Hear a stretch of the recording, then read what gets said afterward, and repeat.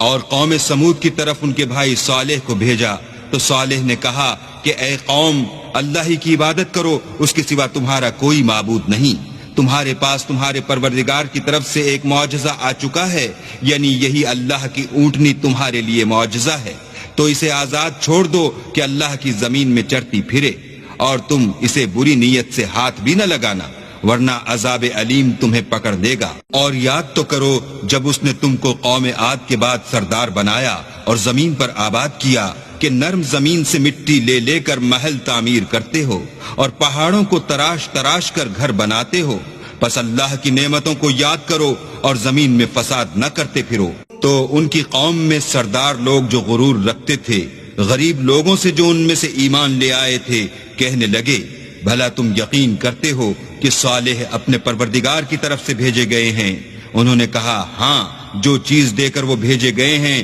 ہم اس پر بلا شبہ ایمان رکھتے ہیں۔ تو سرداران مغرور کہنے لگے کہ جس چیز پر تم ایمان لائے ہو ہم تو اس کو نہیں مانتے۔ آخر انہوں نے اونٹنے کی کونچوں کو کاٹ ڈالا اور اپنے پروردگار کے حکم سے سرکشی کی،